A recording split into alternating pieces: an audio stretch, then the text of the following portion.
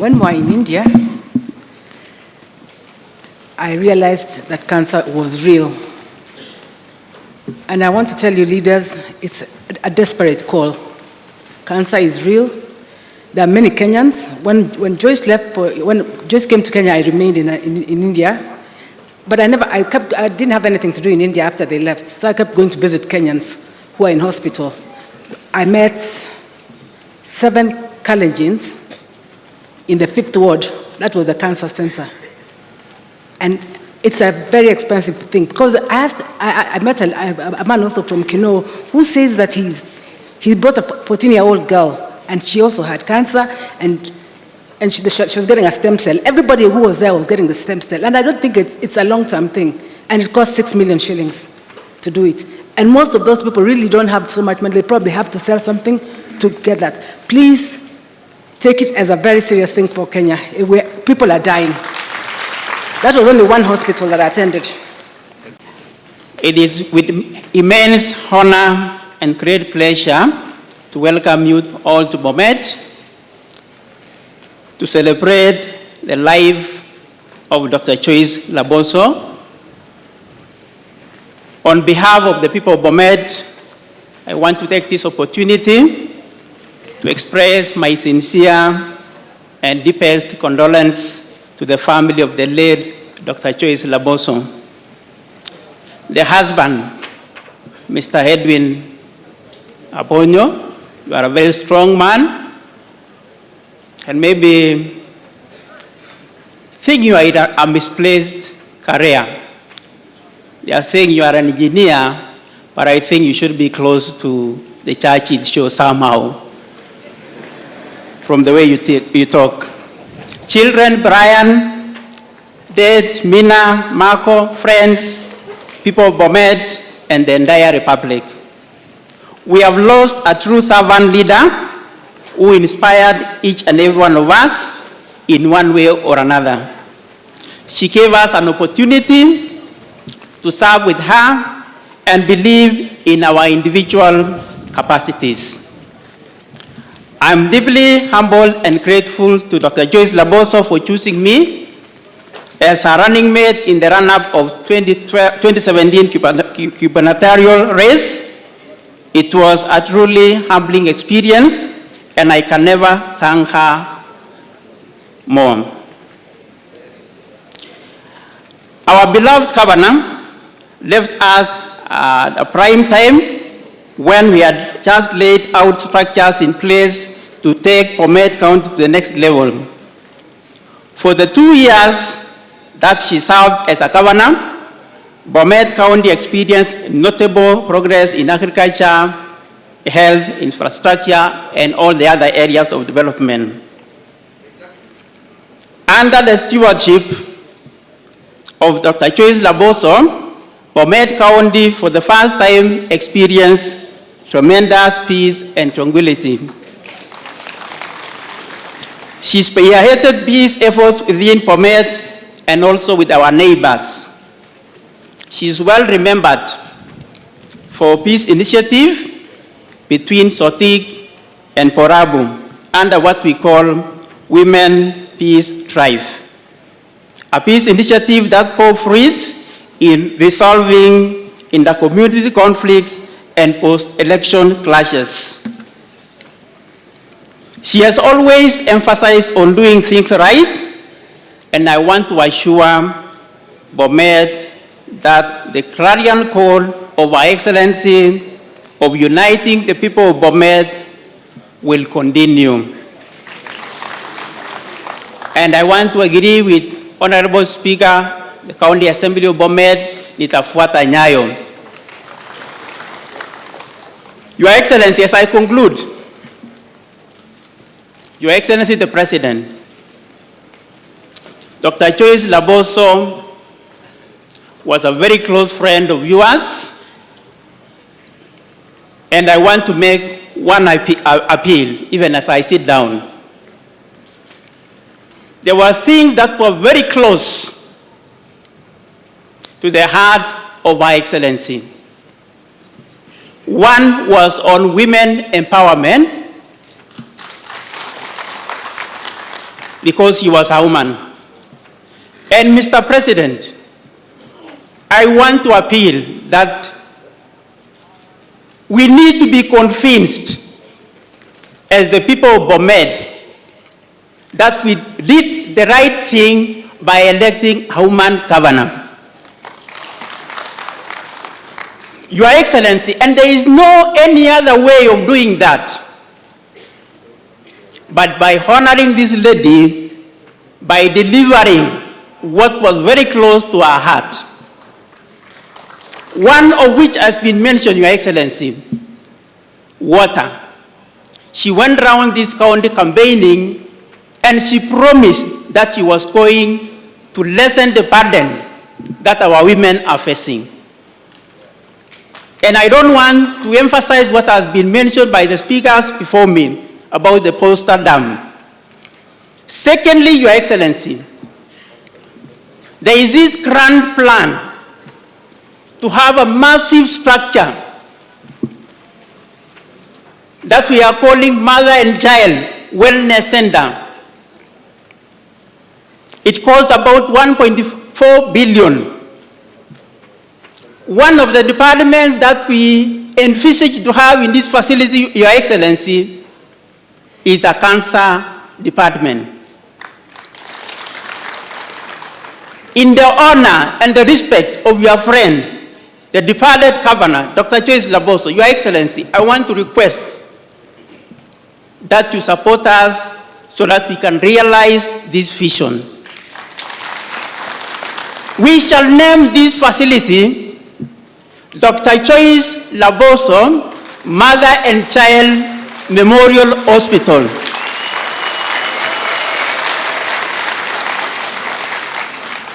If you can assist us to realize that, Your Excellency, hiyo ingine tutajipanga, and we know how to deliver the manifesto of Our Excellency. That is a request. Please, for the sake of your friend, we want her legacy to live on. Thank you, Your Excellency. Thank you so much. To keep us going. So, I'll talk about Joyce's friends, if you allow me. From the time I met Joyce, she had friends. Today I decided to list them. I realized yesterday I missed out some. There was Christine Maingi. Luckily she was in church yesterday. There was Nora Ombese. There was Rachel Mrabu. Catherine Agoya. Jane Garari later, but for a very long time they've been friends. And lately, Rachel Shebesh, Beatrice Elachi, Lesuda, Cecily Mbarire, Anne Waiguru, and thank you, Anne, you've been a pillar, Ngilu Charity. Now, there were families, James and Mary Kimonye. Kimonye, Mary, I think you all know, she was, we knew them when they were still very young couple. We were with them in UK. Judith Abondo, Amy Williams, some American, I'm sure she's going to arrive here tomorrow. Then there's Professor Uor and Monica, and the family of Herbert and Gondi. Why am I saying this? Look at that galaxy of friends. Joyce did not concentrate on a region. She did not concentrate on a tribe. And yesterday I told you in the church, I think that is the reason why she married me. She wasn't seeing a Kipsigis, a Luo, a Loya, what. All these things that people put you, yet they have got no control about it. You were just born a Kipsigis, for instance. What did you do about it? You were born a Kikuyu. What did you do about it? So why do you stress others with your tribe?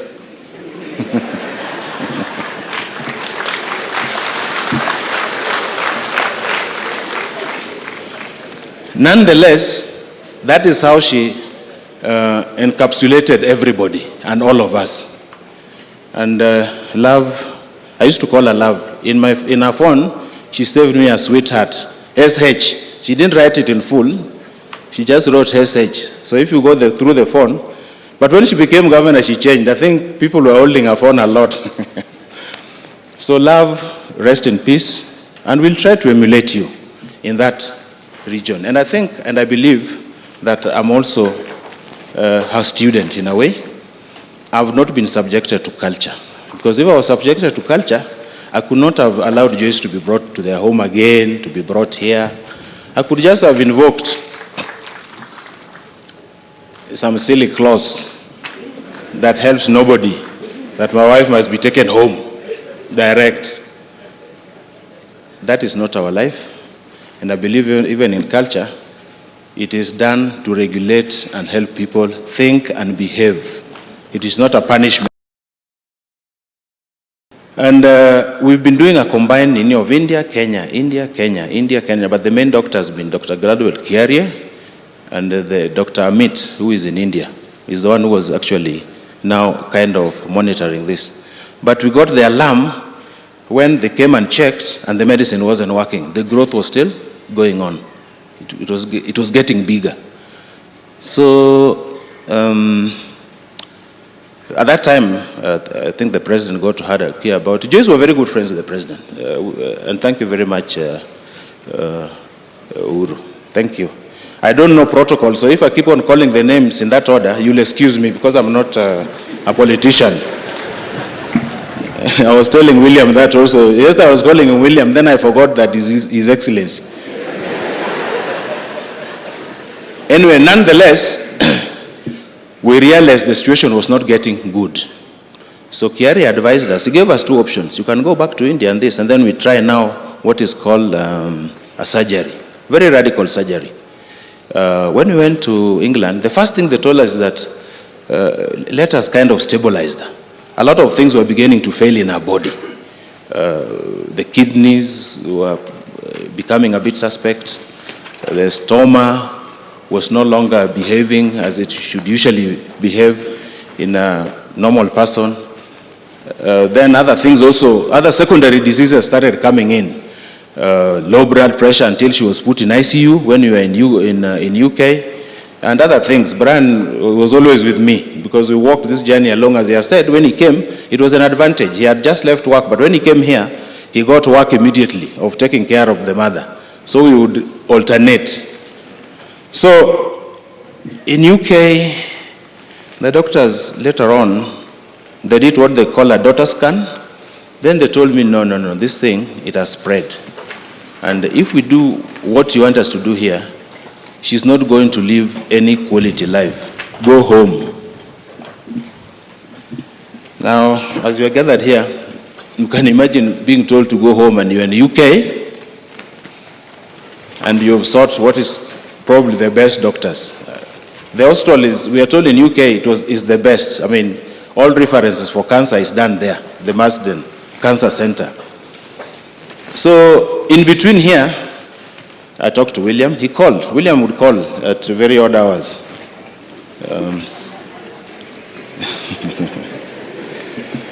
I've never known what he does at 1 in the morning, but he did call. So when I told William that, he said, no, my brother, you can't do that. There's no way you're going to come to Joyce, bring Joyce home.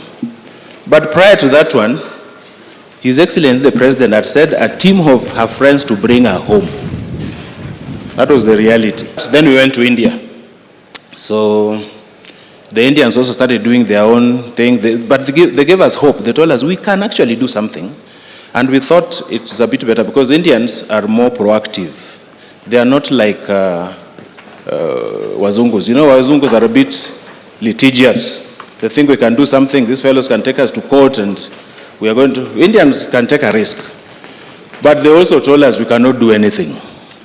That is when we knew we had hit the end of the road. And I wish to apologize to you people of Bomet because I was not able to share that kind of information, even in the social media among the DG, the CS, the COG, the leader, the Bomet leader in parliament, their parliament, the local parliament. I couldn't share that kind of thing. Because you all know Joyce was not a dramatist. Joyce hated drama with a passion. One, she also didn't like sympathy. Joyce and me, we got married in 1983. And as you variously heard, Joyce got sick in 1991. That is the first time she got an attack of cancer of the colon. That time, these boys were very young. We only had 2 children, and we only had those 2. The others are foster, and the others were supporting. So unfortunately, as a result of that, we couldn't have any more children. But we thank God for it. I keep on saying that. Sometimes when I say that, you might think that I'm regretting. There's no regret at all. Because what God has given you is what you take. So she got sick that time. And we were devastated because we were about 8 years into marriage. And we were fairly young. Me and Joyce, we only have 1 year's difference in terms of age. So we got married when we were a very young couple. And I'm told that I was a dashing person and Joyce was a beautiful lady. I think it still holds. I'm not dashing anymore, but Joyce is still beautiful, even as she lies there. So that was the time. And when I was called to be cancelled, because I took her to Nairobi Hospital. Anyhow, she was taken to Nairobi Hospital, and she was being treated, and then I was called to be cancelled. I remember it was an Indian lady. So he put me down, he called other people, and I was wondering, what is this? I was being cancelled. The counsel was that we are going to treat Joyce. We may succeed or may not. That was number one. Number two, you are not going to bear any more children. Now, I don't think I listened to the second one. It's the first one that I had. So this counseling, they have to improve how to do their things. I only had the first one, that she might not live. And I think from there onwards, I shut my mind. Because from there, I came to Kericho. The company had given me a car. When we reached the estate, I took my car and went straight to my mother. And I remember, Mama Damaris, I went and told her, you know, Mom, Joyce is dying. So I even surprised her. I don't think she could understand what cancer is. So she told me, my son, kneel down. I knelt and we prayed. We prayed and he told me, Joyce will live if God wills. But please, remember, it is God who gives and it's God who takes. She didn't satisfy me. I don't think that is the kind of thing I wanted. But nonetheless, I went back to work and we worked. And by God's grace, she survived. And from that time to date, Joyce survived. Last year, it came back. When it came back, we got seriously scared because this was now the second attack, same place. During that period, they were using two combined technology. It was, well, I don't know whether I should call it technology, but medical approach. It was chemotherapy and radiotherapy. They were both being applied to her. And if you see the pictures that she did those times, she became very thin, the hair went, the socket sank, she couldn't fit the clothes anymore, the mouth was drying literally. It really, and I saw it coming again this time. This time the doctors told us, you stand, a very small chance. So it happened last year. She's been going, I've been going with her to India. We go, we come back, we are given some medicine, we come and use, and so on and so forth. I pay my tribute, I say my tribute to recognize my colleagues in leadership of Parliament. We have Honorable Duale, who will be speaking later. We have Honorable Moses Cheboy, who is the Deputy Speaker in the National Assembly. Maybe he should stand and wave. We have Honorable Ben Washali, who is the Whip of the National Assembly. And we have Honorable Senator Susan Kihika, who is the Whip in the Senate. And finally, we have our sister Cecil Limbarire, who is also she has already spoken, she's the Deputy Whip of the National Assembly. We have senators present. You had introduced them? Senators present. We're here. Oh yeah, sorry. We have the Minority Whip, Deputy Minority Whip, Honorable Wamalwa. Sorry for the oversight. Any other leader of Parliament? I don't think. Number two is to introduce the senators who are here. Senator Okongo Mogeni. Thank you. Senator Jirani Wahapa. Senator Chris Langat has already spoken. Senator Aaron Cheriot, who was a very good friend also of Joyce, and the Senator of Kericho, and our Commissioner in Parliament. Senator Moses Wetangula, who is the Senator of Bungoma, and is also the chairman of the Ford Kenya. Senator Dr. Alice Milgo, a very good friend, nominated senator, and a very good friend of Senator Honorable Joyce Laboso'S. Is there any other senator I've not introduced who is here? Thank you very much.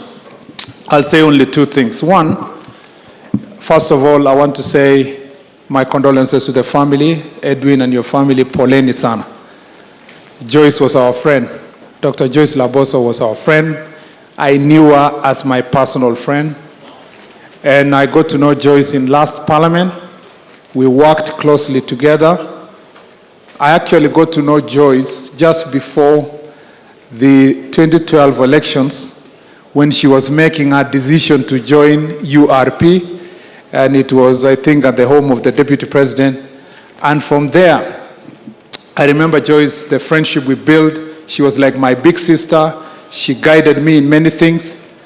And myself and Governor Sang of Nandi actually were at some point watu wa mkono wa Joyce before we were elected, because she called us to come and do civic education on matters, the Constitution before it passed and thereafter. And so we became friends all through. I remember in the last elections, the first personal interaction on politics of Bomet with Honorable Laboso was the campaign of Nyongores. And we had agreed that it will be a test case of whether or not we will win the governorship. So we spent a lot of time here campaigning door to door in Nyongores, which is not very far from here. When the results came, because we were sure we were ahead, everybody was just saying Jubilee, Jubilee, Jubilee, Jubilee. I don't know what Governor Isaac Ruto did the night before the elections. The next day we lost. I remember I was in Uganda and as she called me and said, we have lost. She was so discouraged. But I told her that this is now the very test of how we should prepare ourselves for the main elections. And many a times we were here campaigning together. And I want to say to the people of Bomet, asanteni sana for the work you did to elect Governor Joyce Laboso. As a testimony of the fact that you elected Governor Laboso, I want to say this. Before the last elections, we used to come here for so much noise. There was a lot of noise in the in Bomet from 2013 throughout. We used to come here every time we were reported in the news to Kilimana. Najua wanasiasa tunakuja hapa tunalimana. Tangu Joyce Laboso akuwe governor, hakuna kulimana ya kisiasa iliwahi kufanyika kwa hii Bomet. Na mimi nasema asanteni sana kwa sababu ya hiyo. Ya pili, nataka kushukuru rais na naibu wa rais, kwa sababu sisi tulikuwa marafiki wa Joyce. I know you may not want to, so that you may not look biased, but I want to say this. I know rais mwenyewe na naibu wa rais mlichukua deliberate step using your own personal resources to make sure that we elect a woman governor in this county. You did it. And every time I met the president, the deputy, they were not doing it because they wanted to remove so-and-so or they wanted to do this. They made a conscious decision that we want in these elections to party wa mama governors na wa mama senators.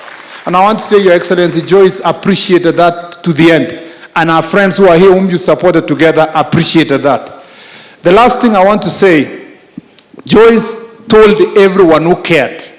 And I want to say this because I was in the hospital before she went to London.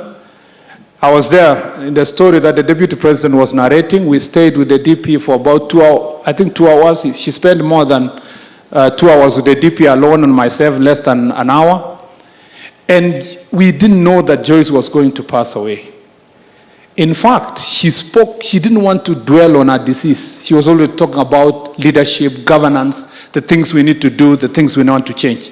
But she told everybody who cared that she didn't want the relationship between the president and the deputy to be affected by our other politics that you usually hear, Kieleweke, Tangatanga, and all that. By the way, me, I don't know about that Kieleweke and Tangatanga myself. I only hear. Because I have never gone to a meeting where people are saying tukae hapa to Tangetange or tukae hapa to Elewane, ama tusielewane.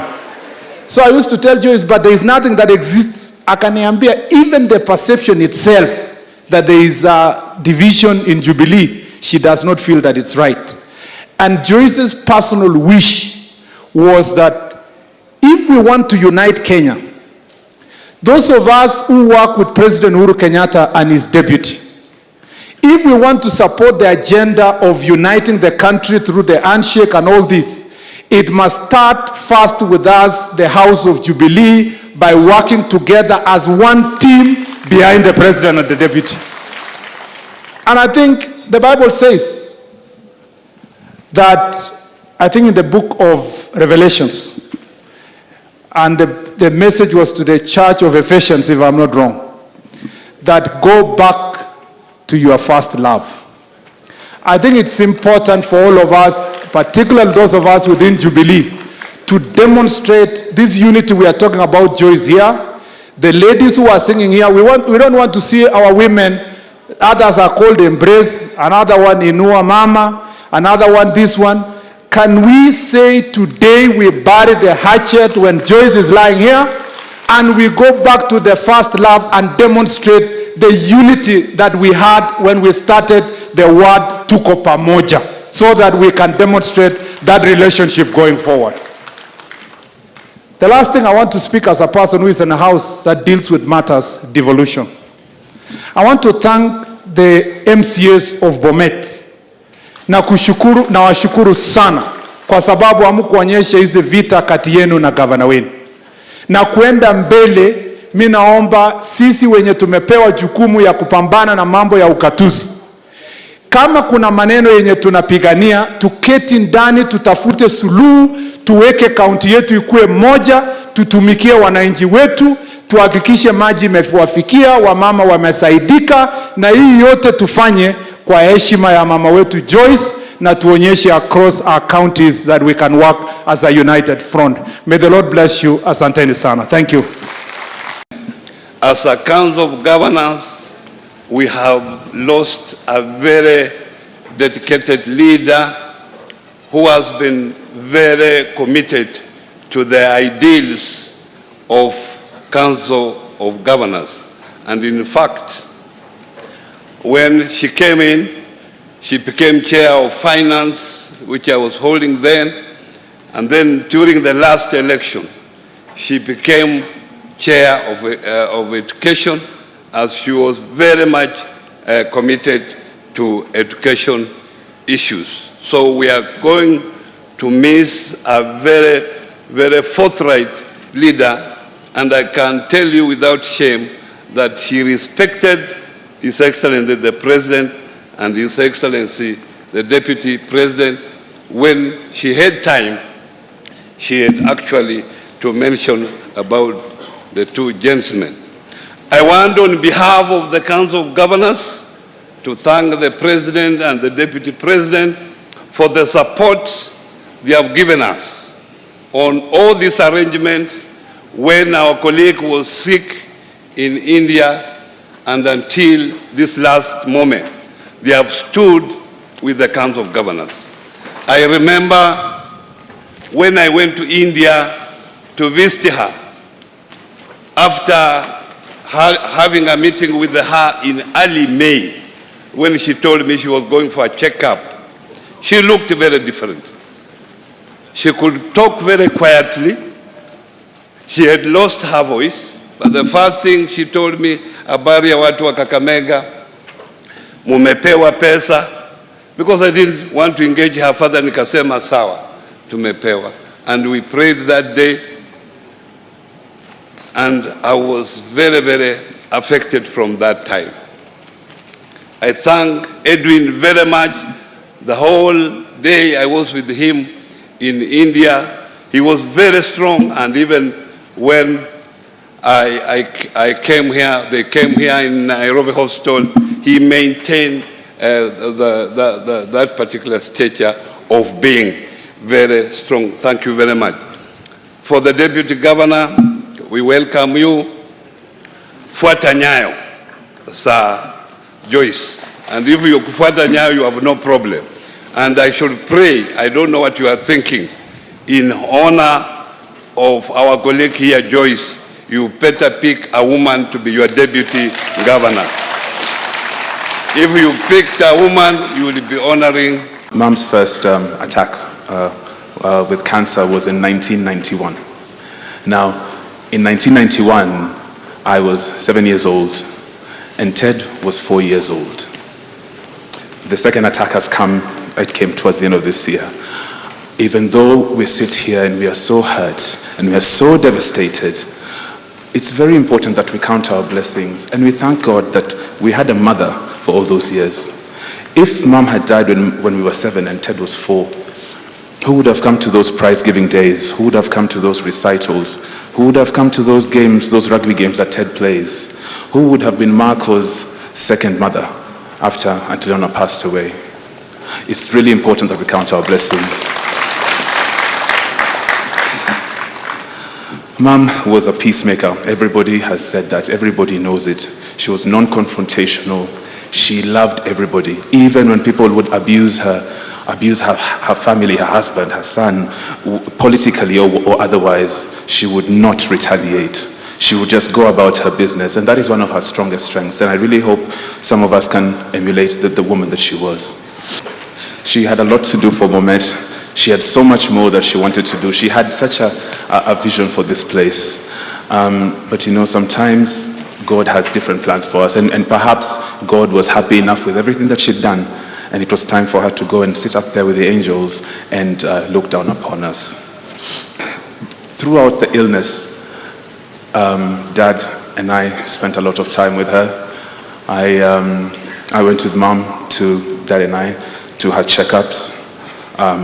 We used to dispense her medication. We traveled with her to India and then to the UK and then back to India. But the reality of the matter is we also saw her really deteriorate. And to be honest, it got to a point where it was just a little bit too much to bear. When she was lying there, helpless, feeling like she's been stripped of all her dignity, for us, we kept praying, and everybody prayed. People prayed in Bomet, people prayed in Nairobi, people prayed overseas. We had prophets and prophetesses sent here to pray. And so I think in the end we kind of said, Lord, heal her. But if you can't heal her, let her rest. And I think for us, we've accepted and we are happy knowing that she's resting, because it was towards the end it just became a little bit too much. Mimi sitaongea juu ya historia ya dada yetu. Tulikuwa na yeye wakati dada yake alifariki, kakuwa mjumbe, kakuwa deputy speaker wa kwanza mama katika bunge la Kenya, na akakuwa moja ya wale wa mama wa kwanza kuwa governors katika nchi yetu. Na nafikiri tukikuja mahali kama hapa lazima tuseme ukweli. Kama kuna serikali na kama kuna rais ambaye wakati wake wamama wametambuliwa, ni wakati wa serikali ya Mheshimiwa Uhuru Kenyatta. Najua lazima useme ile iko. Kama ni katika serikali, waziri wa ulinzi ni mama, waziri wa mambo ya nje ni mama, waziri wa afya ni mama. Sasa unless mnataka kuchukua kiti chake cha urais, unless mnamwambia atoke rais mkalie kiti yake ama mkalie kiti ya makamu wa rais, serikali nusu ni yenu. Na ni wakati wake ambaye pia wamama watatu, hasa wawili kutoka chama cha Jubilee, wamechaguliwa governors. Nafikiri tumesonga mahali tulikuwa zamani. And Your Excellency, I am sure, and when I was in a conference, and when Amina spoke as a Minister for Foreign Affairs, and Rachel Omamo spoke as a Minister for Defense, the whole of that conference and the world was shocked that an African country can give that position to women. Ya pili na ya mwisho, wacha tuseme pia ukweli. Rais na makamu wa rais kama viongozi wetu wa chama na nchi wako pamoja. Wale ambayo lete hii msukosuko zote ni sisi wanasiasa. Na hasa wakidabama nyinyi wenyewe mnatuuliza. Hata kwa hii mazishi mumekaa kando. Genge moja imekaa huko, grupu ingine imekaa huko. Mko na uniform tofauti na mnajiita nani? Sasa mbona mnalaumu rais na makamu wa rais? Mimi kama kiongozi wa wengi katika bunge, the problem we are facing in Jubilee and in the country together is the politics and the politicians. Mkishika microphone, mko na jina. Mkishika wengine microphone, mko na jina. Na nafikiri kwa vile leo tumekuja kusindikiza dada yetu, wacha sisi yale tunanena tuifanye. Tuunganishe inchi pamoja. Kama sisi ni wana Jubilee, tusikize kiongozi anasema nini na kiongozi deputy president anasema nini. Na sisi pale kama tuko na shida turudi tuwaulize. Lakini mnakuja hapa mnasema unajua dada yetu Joyce alikuwa anasema tuunganishe inchi, tuwe nyuma ya rais. Rais na makamu wa rais, mimi nikiwa rafiki yao na mimi nikiwa katika bunge, wako pamoja vile walikuwa zamani. Lakini nyinyi msikue wale wa kutengeneza kikundi. Tuwe pamoja, wamama, wabunge, wawili, wote wananchi wa Kenya. Tujenge nchi yetu na tuwe nchi moja. Na tusaidiane, hata si chama chetu pekee. Chama zingine, viongozi wengine, tusalamiane, tufanye kazi pamoja. Na nafikiri tuko na uongozi mzuri. Your Excellency and your deputy, you stood with Joyce. Na mimi unajua ni rafiki wa Isaac Ruto. Joyce alikuwa na wasiwasi sana. Joyce alikuwa na wasiwasi maisha yake mara mbili mimi. Mara ni wakati tulitoka ODM tukaingia URP na tulikuwa tunaingia kwa election, and Joyce was telling me, are you sure? And Beatrice Connes is my witness, and Sophia, are you sure nikiingia hapa kwenu mtanipa tikiti ya URP? And I remember taking her to the deputy president one evening. Ya pili ni wakati tulimwambia yeye, wewe utapambana na Isaac Ruto. Sasa akikuja hapa, rais akikuja, tukirudi anasema ile mtu bwana amejaza.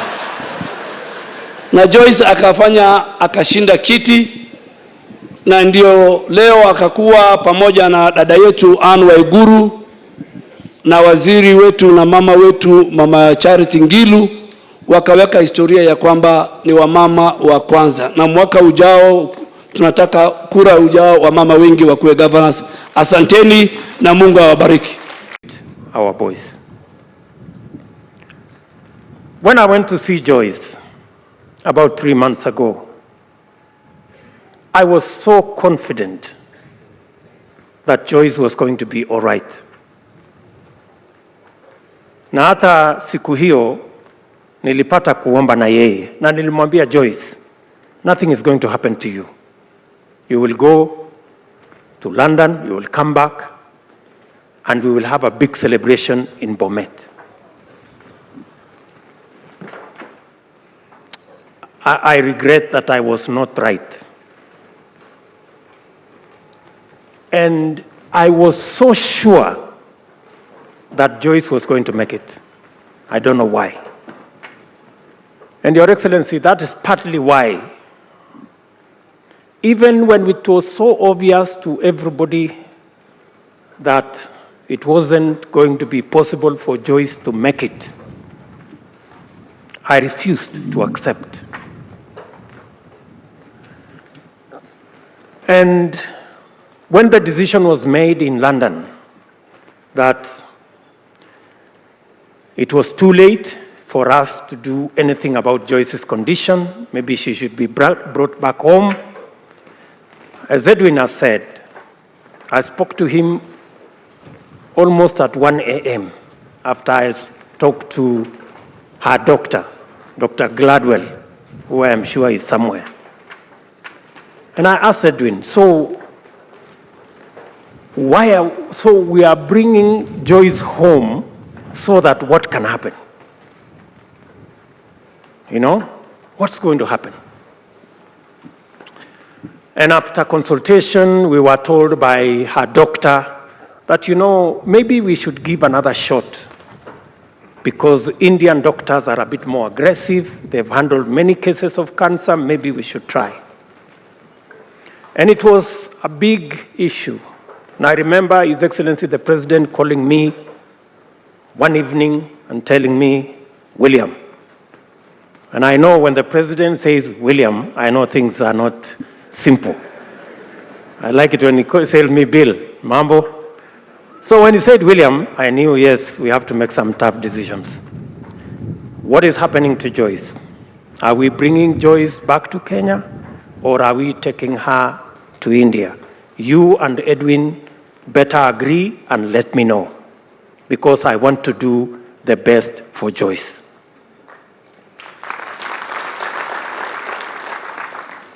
And of course, I called the President back and I told him the decision has been made to take her to India. And I want to tell this congregation, His Excellency the President personally made the arrangements for Joyce to go back to India so that she can have another chance to see Your Excellency, the former Prime Minister, our friend, has correctly said that we were the pioneers of ODM. Me and you were in the Chungwa arrangement that time. Maybe the only correction I want to make is when finally the Constitution was configured, it is not us who went to join them. They were the ones in government. It is them who came to join us because we were in the opposition to oppose the Constitution that time. But as they say, the rest is history. And it only helps to confirm that we could be in different political formations, but we remain friends and we remain Kenyans. What we must do and what we should do, and Your Excellency, you have led the way. And I want to tell those from the Jubilee family, when His Excellency the President led us to form the Jubilee Party, it was not necessarily about winning any election. It was not necessarily about politics. It was first and foremost about uniting the people of Kenya and eliminating the politics of hate and division and tribalism. That was the primary responsibility. And our mission, being led by His Excellency the President, remains firm on course. And even in the advent of the handshake, it is an escalation and a perpetuation of the philosophy of uniting the people of Kenya and eliminating division, hate, and ethnicity. And therefore, Your Excellency, the whole lot of us,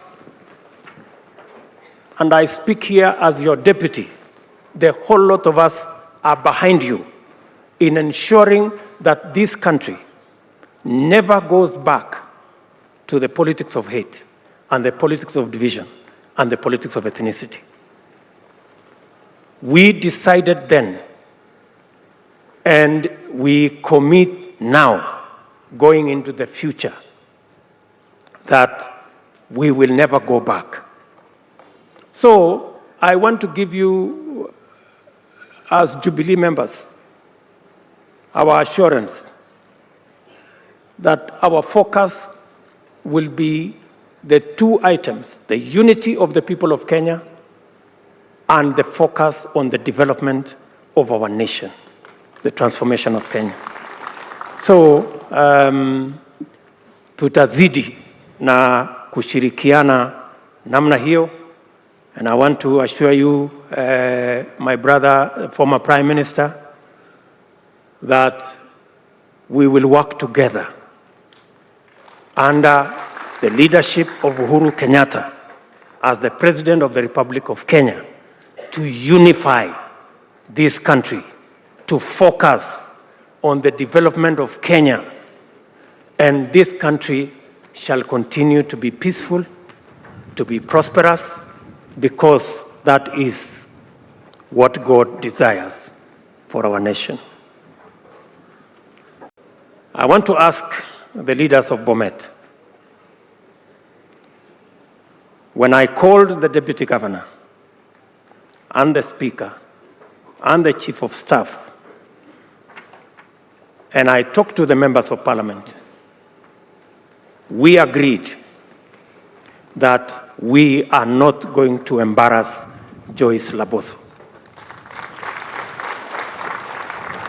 Na mimi nachukua nafasi hii kuwashukuru viongozi wote wa Bomet, kutoka Deputy Governor, wabunge, MCAs, kwa kuwa ni watu wangwana na mumeweka heshima kubwa kuhakikisha ya kwamba legacy ya mama huyu isiharibiwe na mambo madogo ambayo yangeweka dosari kwa mambo haya.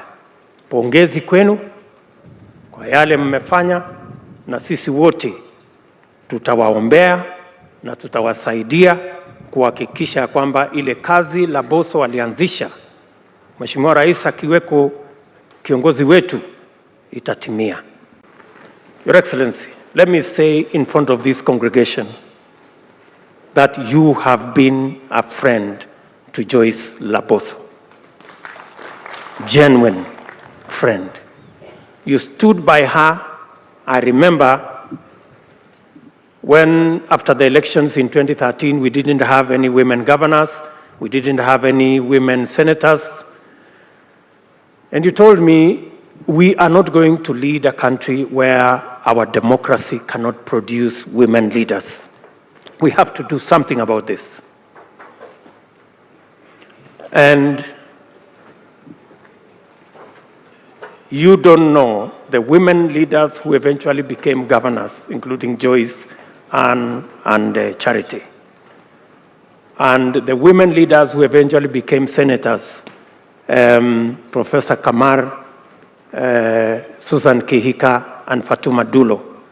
What a great favor you made to His Excellency the President, because he was agonizing how we are going to go forward without women leaders in some categories. You are heroes of our country. And I know when finally Joyce was given the ticket of Jubilee, you, Your Excellencies, told me, mambo ya Joyce sasa si yenu, ni wachieni. Huyu mpaka nitamfanya akue governor. And you walked that journey, and today Joyce is eternally grateful for your support. You didn't do it for her to become governor only, even in her health condition. My friend Edwin, you are a special human being. You allowed your wife to be a leader in Sotik and in Bomet. You stood by her all the way until she was no more. You are a great inspiration, and I agree with the lady who said, there are husbands from heaven, and then there are the rest of us who walk. Mambo mengi yamesemwa mazuri juu ya Joyce Laboso, na ni kweli yote. Yeye alikuwa ni mtu mkarimu, alikuwa ni mtu ambaye alikuwa msahihi, mstadi na kupenda kazi. Ndio hiyo tutakumbuka yeye naye milele na milele. Tena muungwana, manake alipokuwa ametangazwa kama mshindi, amesema mambo ile ya tofauti tumewacha, tumeweka kando. Na vile vile nataka kushukuru vile vile Isaac Ruto. Isaac alikuja, tulikuwa naye pamoja katika NASA.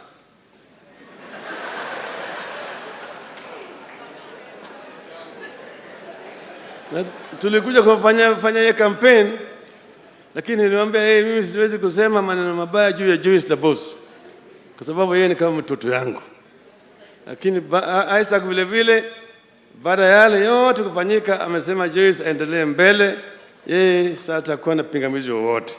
Hiyo ni ungwana, sio ni ungwana? Sio ndio ungwana? Hiyo ndio Kenya tunataka, kuunganisha Wakenya wote wawe kama kitu kimoja. Tuwache mambo ya ubaguzi, tuwache mambo ya ukabila, tuwache mambo ya ufisadi. Alafu Kenya itaendelea mbele kwa njia nzuri. Mimi nimesema nataka kila Mkenya awe na fursa sawa kimaendeleo. Eneo zote zipate maendeleo sawa sawa. Hapa wameongea na mimi mara mingi sana juu ya hii bwawa inaitwa Bosta, ambayo Joyce alikuwa anataka ijengwe ili maji iweze kupatikana hapa kwa Bomet. Na najua pale nimejaribu sana, najua pale imekwama.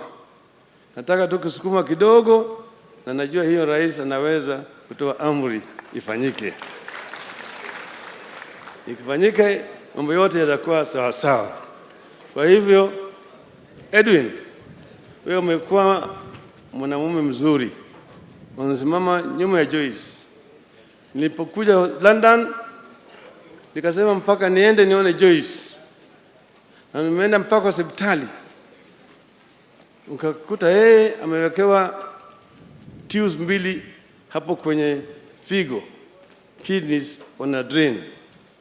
Lakini tumeongea naye vizuri zaidi, ameongea mambo mengi zaidi. Ngoja aliogopa ati tukipigwa picha anaweza kuja kuwa na shida pande hii, lakini tumeongea naye vizuri. Baadaye siku ile ambayo tulikuwa na maombi ya Joe Kadenge, tukapata habari ya kwamba Joyce ako katika ICU Kenyatta na si nzuri sana. Tukatoka huko tukawa na Mheshimiwa Moses Wetangula, Mheshimiwa George Haniri, Mheshimiwa Musalia Mudavadi, tuende tukamwone Joyce. Tulipoenda pale, mimi na Musalia tulipita kwa mlango ya nyuma ya panya. Wetangula na Haniri waliingia kwa mlango ile nyingine, hawakuweza kuingia, lakini sisi tumeingia. Wakatufungulia sisi, tumekaa pale na Joyce kwa kama dakika 45. Hiyo ni mara ya mwisho mimi kuona Joyce.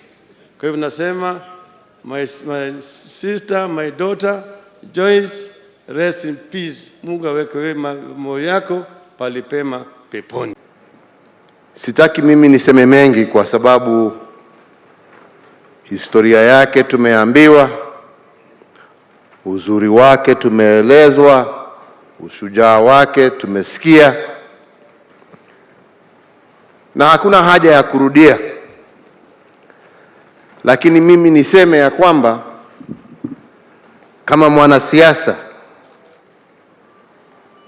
ni ngumu sana kupata kati ya wanasiasa mtu ambaye anaelewa siasa lakini pia ni kiongozi, na la tatu ni rafiki wa dhati. Kawaida mwanasiasa anakosa abilities za kuwa kiongozi. Mwanasiasa ni rafiki yako leo, kesho amekuruka. But Joyce is somebody who was a politician, a great leader, and a very, very good friend.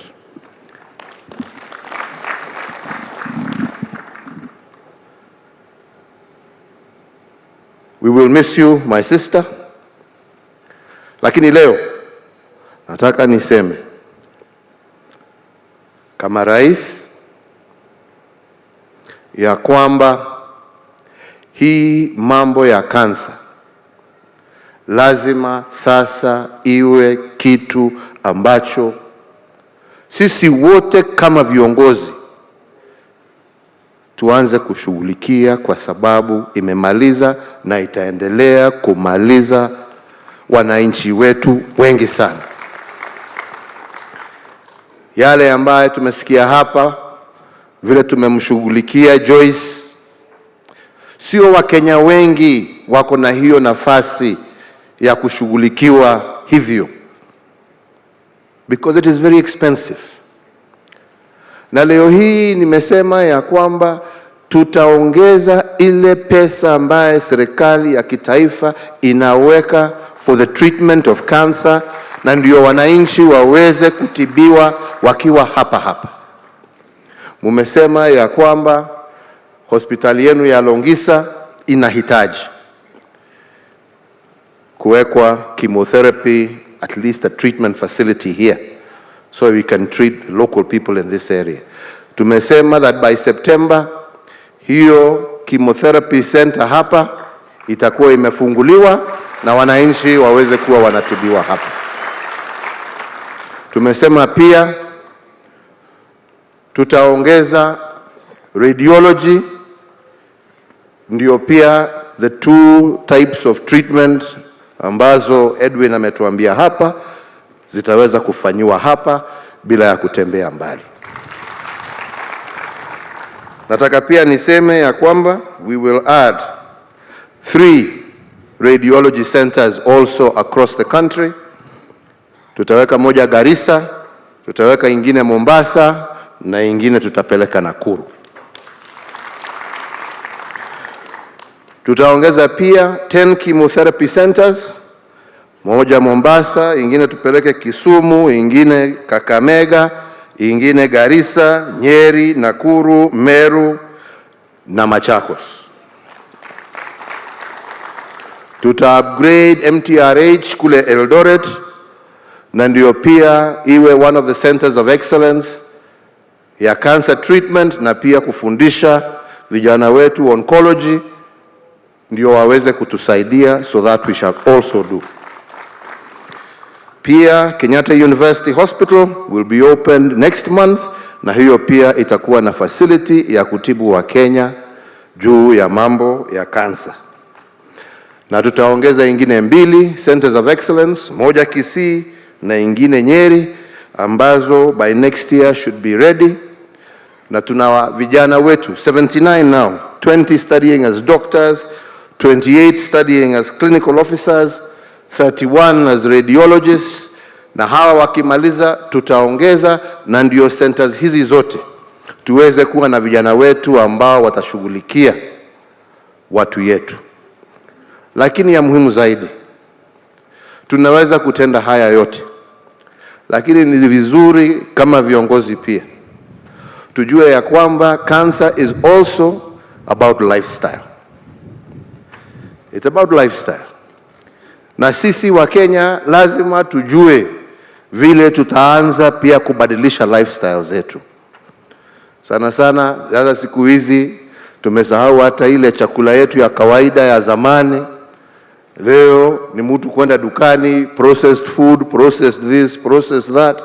We need to start looking into some of these things and getting back to our basics, kwa sababu hii ugonjwa haikuweko hapo mbeleni. Lakini pia tabia zetu pia kama wa Kenya sio zile zilikuwa za zamani. So lazima tuangalie what is it that we do today that our forefathers never did, that is causing this disease to spread as fast as it is in our country. Sini hivyo wenzangu? Mimi sitaki kusema mengi. Nimemaliza yangu. Edwin, vile tumesaidiana na vijana wako na msichana wako, tutaendelea hivyo hivyo. As far as I am concerned, we are here as friends. We were friends before, we shall be friends after. Tutafanya whatever it is that we can do to support you, to support your family. Never hesitate, never think about it. We are ready and we shall stand firm. Deputy Governor, you have our support. I used to speak very regularly to my sister here. I am quite familiar with a good number of the projects that she wanted to see done, especially this issue of water and the dam. We shall work together to see how we get it through. Hii hospitali, I know hii a mother and child is something also she was very passionate about, but she was also very clear that the county government will also participate. Sio mkuja hapa mfikirie sijui najua. Tulikuwa hiyo hospitali alikuwa anasema yeye ataweka pesa, alikuwa anauliza na mimi nimsaidie kuweka pesa. Si ni kweli? So usione hapa umesema hiyo ati headache hiyo imekuondokea. Hakuna, bado. You must put some money in, but I promise you we shall support you. And we pray that soon we shall come and launch that hospital in memory of our dear sister.